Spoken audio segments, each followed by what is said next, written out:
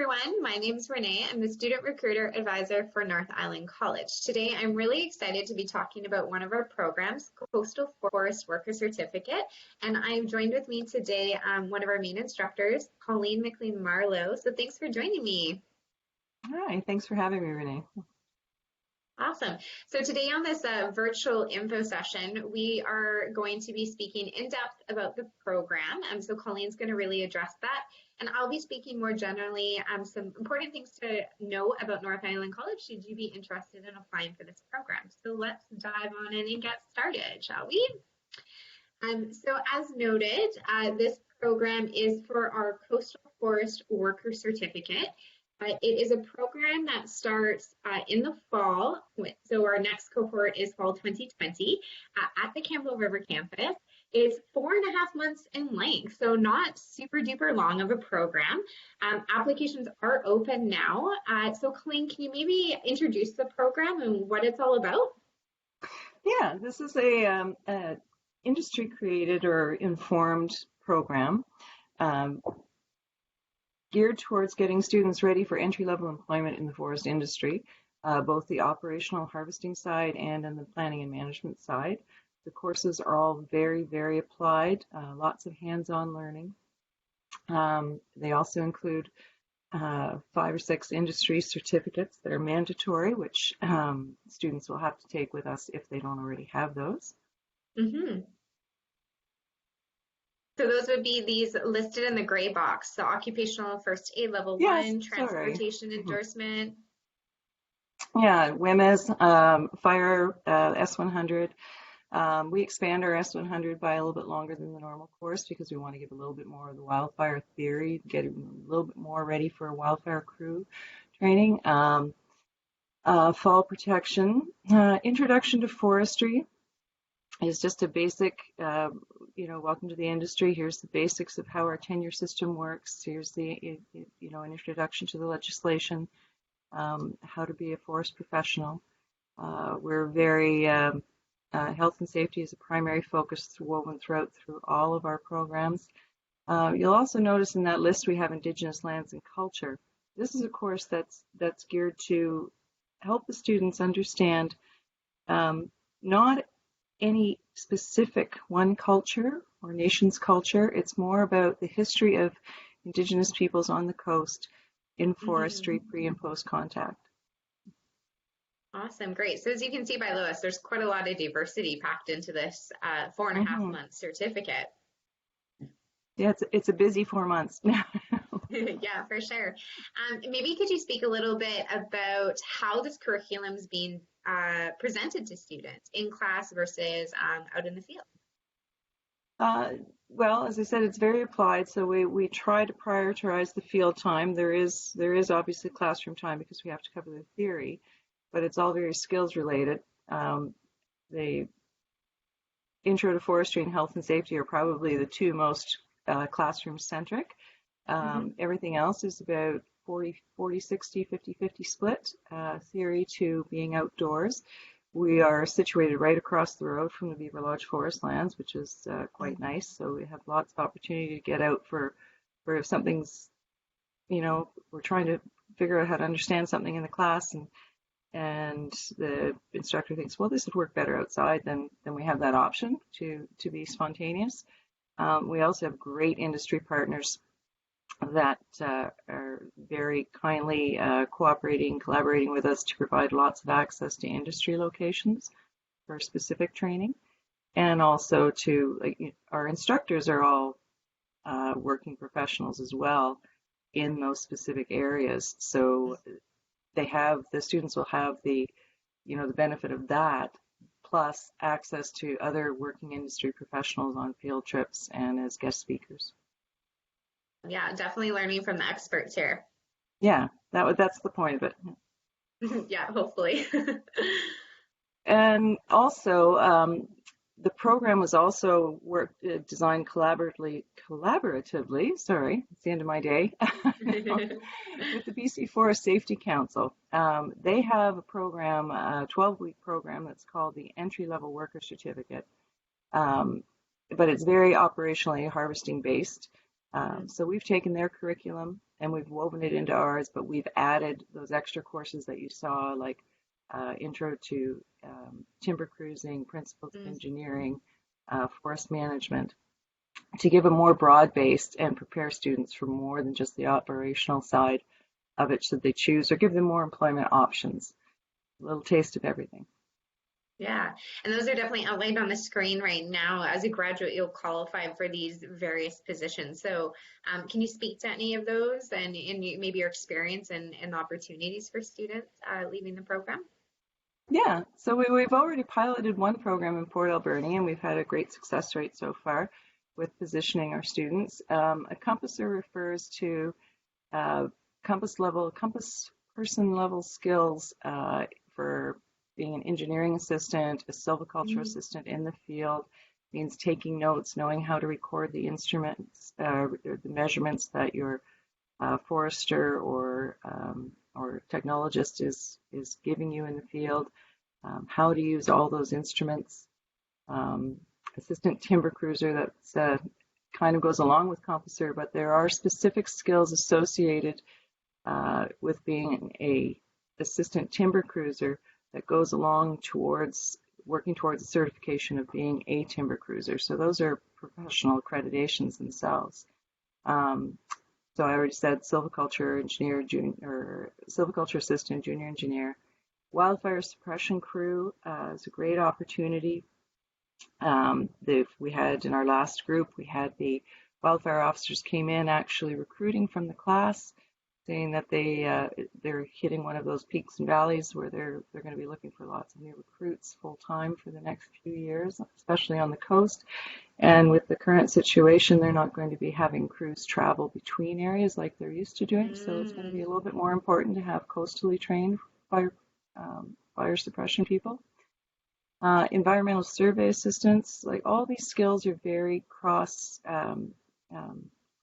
agency appropriate. So that is the point of the program, is that we're teaching a lot of skills and the technology side of it too. In the previous slide, there was one course that I didn't mention, was that technology and data management. All the students are required to have an iPad, but a specific type of iPad. Don't run out and buy one. And we use these in the field all the time, along with other instrumentation to collect data. And students will learn how to get that data off their instruments and into digital maps and back into the computer and download into reports that can be delivered to their employers or to the government or to clients. So there's a lot to it. Yeah, for sure. All right. So can you maybe just speak a little bit about the pathway? So this is our certificate program, but there's some great opportunities after that should you want to continue. Yeah. So like we said, the certificate program is 4 months, and that set of courses that you saw. We also have a coastal forest technology diploma program, which is 2 years, and you would come out of it qualified to register as a technician in training or technologist in training with the Association of BC Forest Professionals. Our certificate program is exactly the same as the first semester of the diploma program. So if you completed the certificate program with a 70% overall average and everything, you would qualify for transfer credits into the diploma. Depending on what your current school credentials are, there might be a little bit of upgrading because the entrance requirements for the certificate are slightly different than the diploma, but you would qualify for credits for all the first semester courses, and maybe a little bit of upgrading, you'd be able to come into the second semester of the diploma program. Diploma program, we are working towards university transfer agreements right now.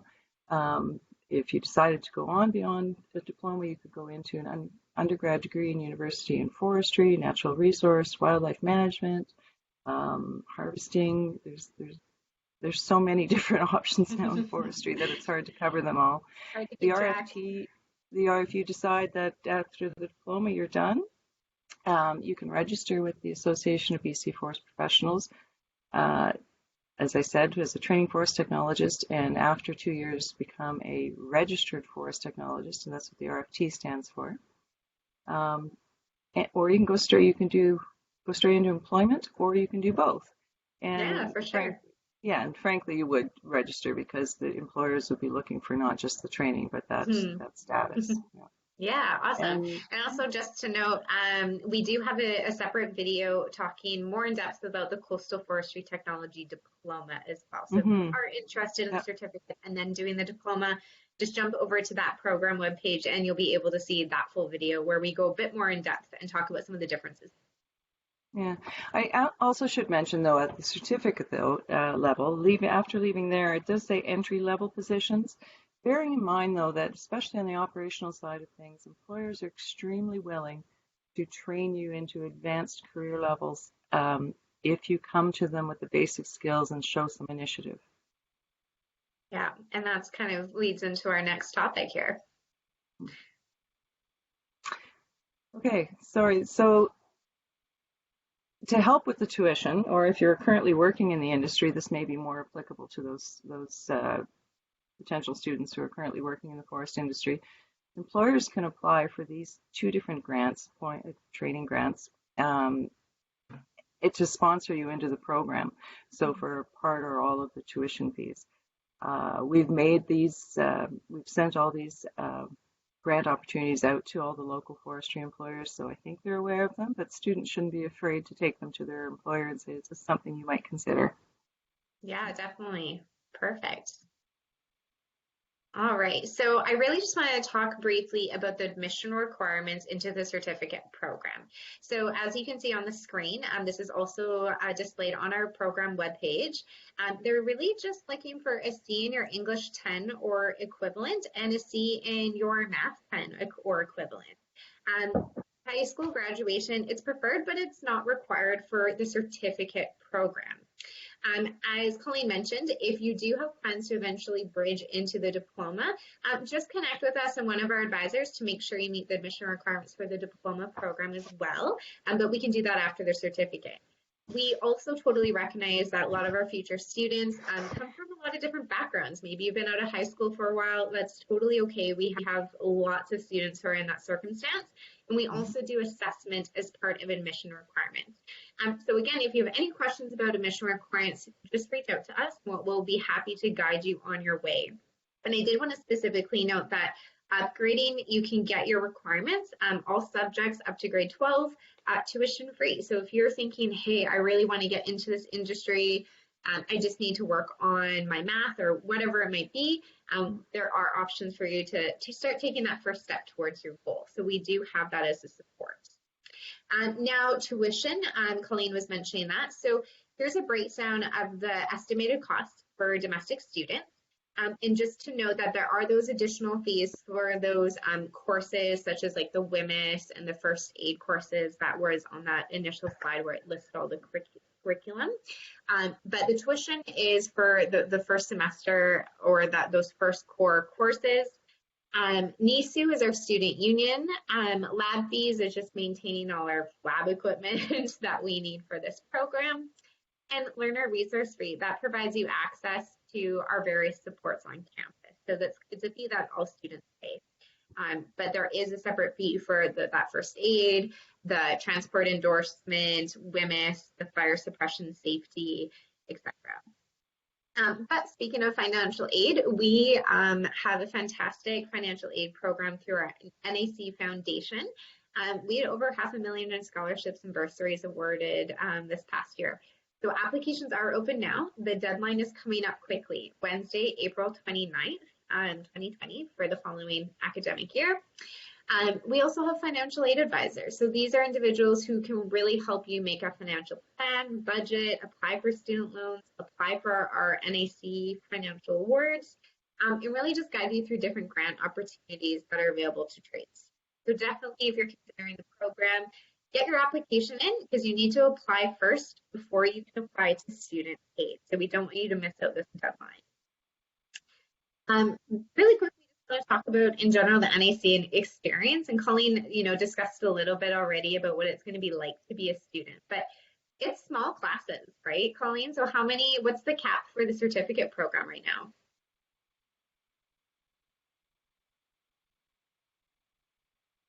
Oh, sorry, Colleen, we can't hear you with your audio. Sorry. My dog started barking. I thought I'd save you from that. Thank you. So it's a fairly small cohort. It's generally 16 to 20 is what we're hoping for. Our cohort last year was it began with 12. That's a picture of them out in the woods with our engineering instructor. But it makes for more effective learning, especially when you're dealing with applied skills. Yeah, for sure. Definitely.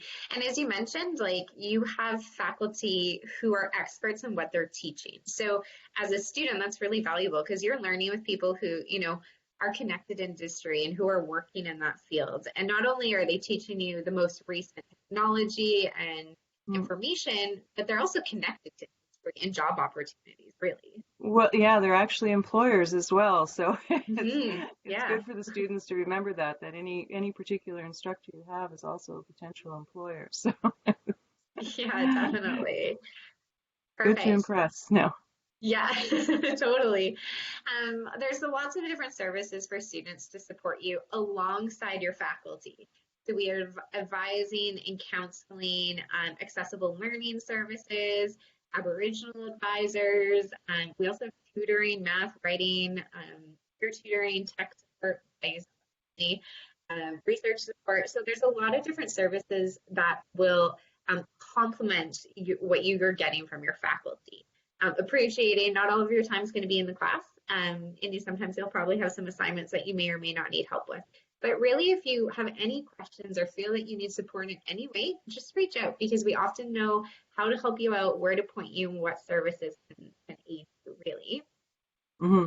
Um, Both our contact information is on the slide. Feel free to reach out to Colleen or myself with any questions.